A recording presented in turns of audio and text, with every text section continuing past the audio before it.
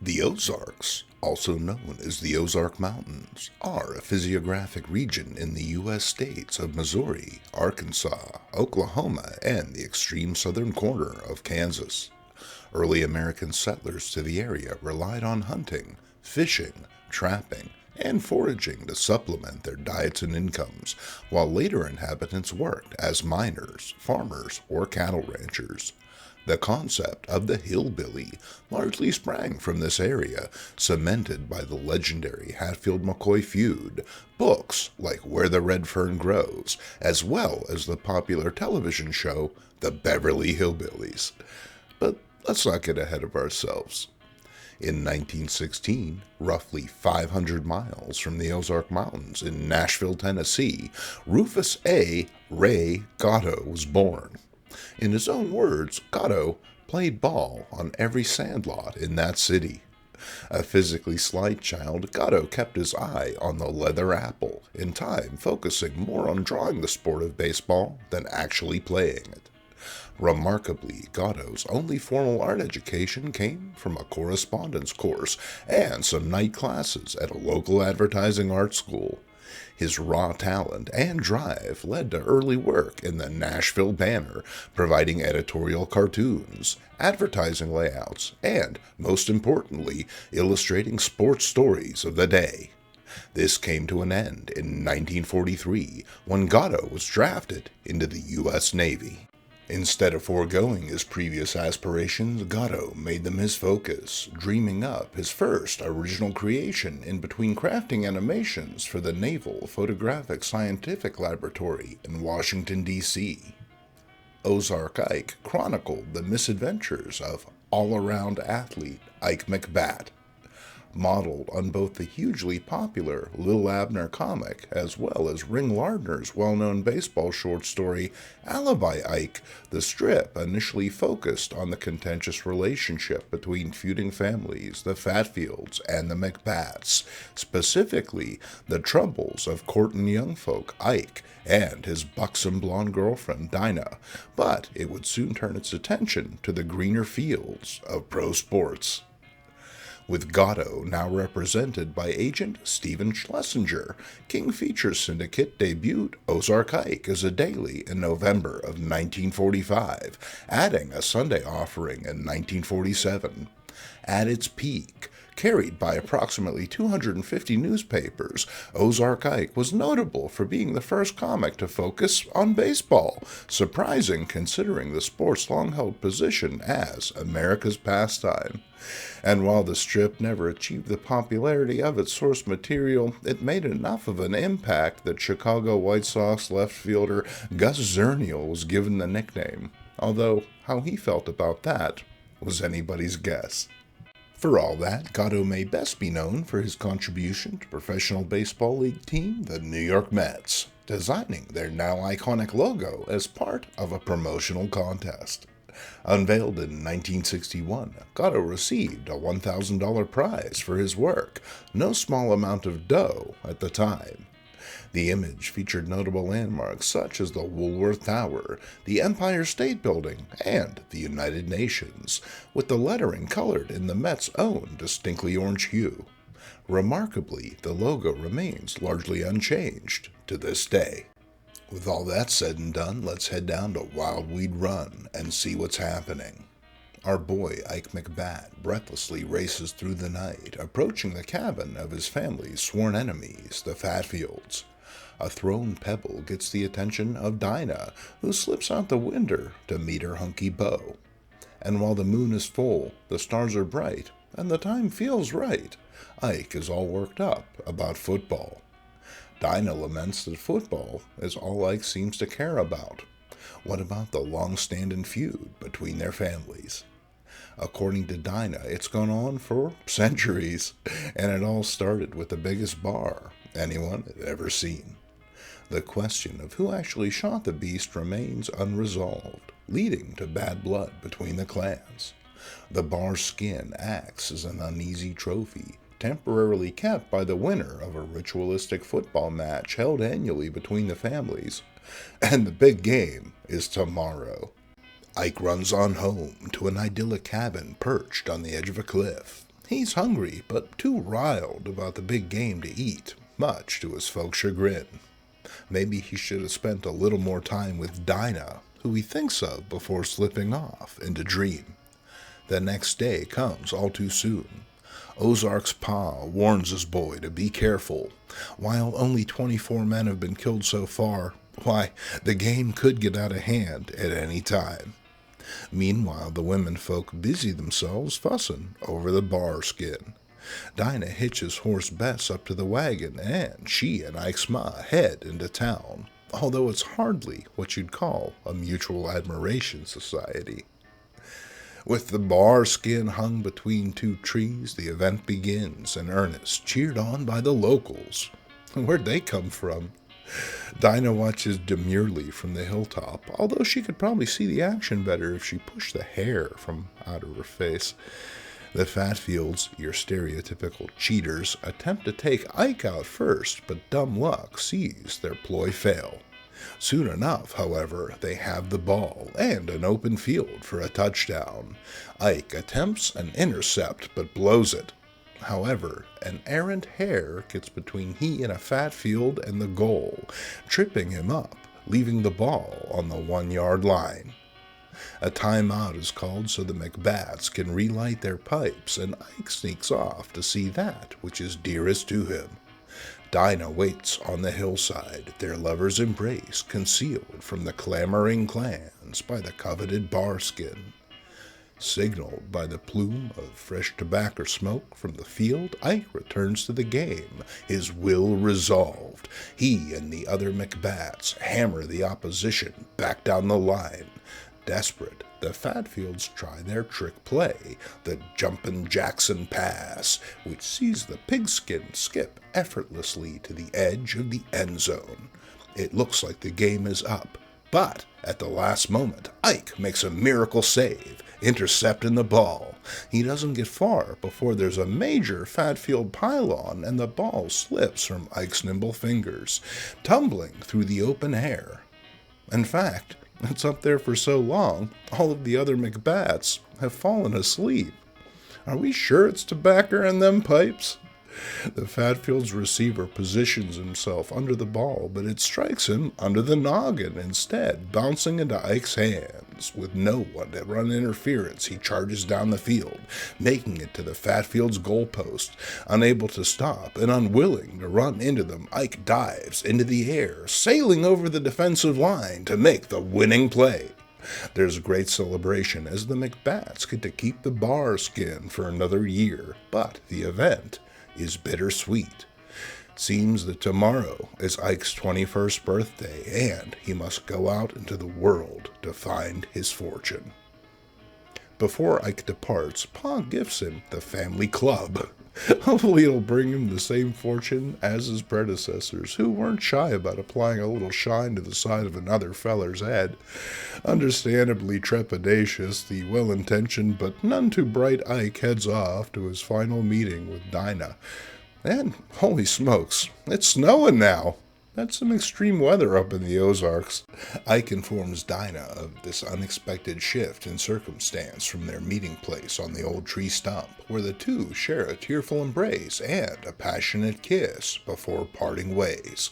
Gatto then delivers this heartbreaking image, which says more about pain and loss in a single panel than some entire issues of other comics. Our hero hops a train, naturally, and just as naturally is set upon by two rough-looking thugs. Hell, Ike runs everywhere else, why not just run to the city? It's a damn sight safer. He's clobbered with his own club and is then thrown from a moving train, a death sentence for you or I, but just a whomping big headache for one of Ike's constitution. When he regains consciousness, he discovers he's already within view of the city, but he's too whooped to get there on foot. Ike enters this fanciful cafe, which he mistakes for a bank. I told you weren't too bright. Miss Penny, the cafe's owner, meanwhile, has been talking to the champ about how rough it's been since her father died, leaving her only this fancifully shaped roadside attraction. The pair mistake the club-carrying Ike for a would-be robber, and the champ attempts to flummox the bigger man. However, as always, dumb luck is on Ike's side, his club inadvertently giving the champ a resounding knock on the noggin. The pro boxer drops. Heedless of her friend lying cold as a haddock on the checkered cafe floor, Miss Penny rushes to Ike's side, convinced he threw a blow that she simply didn't see. She offers to manage his boxing career, and soon has him in his first match, with the enigmatically named Tiger Rag. In spite of his overall athleticism, Ike isn't much of a boxer, and Rag hits him with everything but the ring posts. Then an errant comment gets Ozark's dander up, and he clobbers Rag with a dazzling right hook. In spite of him hitting the canvas 5 times, it's a first-round knockout for the unsuspecting Ike, and the crowd goes wild. Miss Penny is especially charged up, but before anything outrageous can happen, we cut away to Mr. Upsleeve, manager of Tiger Rag. Looks like he's been backing the wrong boy, and he's now determined to make it right. Unaware, Miss Penny is set to spend more time with her new find and takes the punch-drunk Ike out on the town. The guy was knocked down 5 times in the first round, but instead of the hospital, it's cocktails and dancing girls. Hey, if that don't cure what ails you, then nothing will. After checking his club, Ike is seated and scandalized by the entertainment, but Upsleeve and his slinky accomplice, Ms. Deal, have followed, and step 2 while Penny is busy dancing with another man. There's a lesson in there, folks. Anyway, the two shysters schmooze Ike, working him both ways until he doesn't know what he's agreeing to. After all he wants is a cabin in the woods for he and his honey Dinah. As luck would have it, the old chestnut of the same name starts playing, and Miss Deal sweeps the still befuddled Ike onto the dance floor. He agrees to sign 100% of his contract over to Mr. Upsleeve in exchange for said cabin, nearly crippling Miss Deal in the process. By his reckoning, with Miss Penny already owning 50% of his contract, why, he still has a good 850% to work with. Remember, folks, he's an athlete, not a mathlete. Ike is left to contemplate his good fortune as the two fraudsters slink off, but before we can see Miss Penny's reaction, it's back to Wildweed Run. Dinah is out hustling wood late at night, but the winter cold is nothing compared to the chill in her heart. Lamenting the loss of her backwoods beau, she draws close to home, overhearing her brothers laughing it up within. Turns out Ike made a fool of himself, the story of his contractual folly making the papers.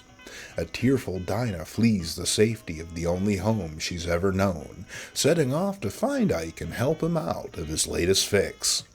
Ike, meanwhile, has run back to the cafe, overjoyed at the prospect of finally having a cabin home for he and his lady love.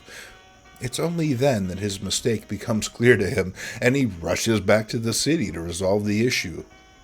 Man, this kid runs more than Forrest Gump. Later, Miss Penny confronts Upsleeve and Deal, but they broker a truce, dividing Ike 3 ways. And what does he get? Gulp. Nothing. At the same time, Dinah has reached the big city, and she sees Ozark in the gutter. It's only his picture in the paper, but it's the metaphorical lead that she needs to struggle on and find him amidst the faceless masses. At the same time, Ozark is set for his next fight, taking on notorious boxer Punch Drunksky. And while Ike can whoop just about any feller, why, the big guy's heart just doesn't seem to be in it. Elsewhere, Dinah is drawn in by this sleazy opportunist, a big shot who sweeps her past the ticket booth and into the fight. However, his intentions are far from altruistic, as roving hands show. But Dinah's no slouch in the fisticuffs department herself, and she wallops this would-be Romeo good before stalking off to talk to Ozark. The match begins, with things looking pretty balanced. The winner is anyone's guess, but Ike is then distracted by Dinah calling him, and he gets his bell rung something fierce. With that, the two combatants go at it, exchanging powerful blows before a cheering crowd. The love-struck Dinah continues to call to her man, throwing him off his game and leaving Ike open to Drunksky's relentless pummeling. However, hearing Upsleeve and Deal taunt him from the sidelines drives Ike to fight like never before. Upsleeve and Deal attempt to keep Dinah from the ringside, as it's looking like Ike is set to win them a tidy purse. However, Dinah distracts our hero one last time, and Drunksky delivers a devastating undercut, which lays Ike out. And with that, it's over. The deal wrecked for everybody. Ozark's prone form is dragged back to the dressing room where he lays in state. Miss Penny confronts Dinah and the two have it out, each deciding to leave Ozark to the other. They kneel at the unconscious fighter's side, kissing either bruised cheek before going on their separate ways. Later, Ozark awakens, the champ at his side. After some straight talk from a fellow who knows, Ozark decides to head back to Dinah. Heck, the $200 he's made fighting more than qualifies as a fortune in Wildweed, and we're left with a smile as our hero finally heads home.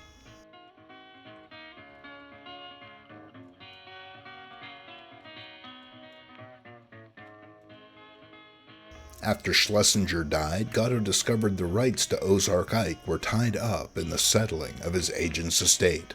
Subsequently, the artist left his own creation in 1954, although it soldiered on for another 5 years under the capable pencil of creators like Ed Strops. But Gatto wasn't out of the game just yet, offering up another sports-based strip, Cotton Woods. Sadly, in spite of the new strip's quality, it didn't catch on, an issue the artist attributed to the Cartoon Syndicate's operational policies.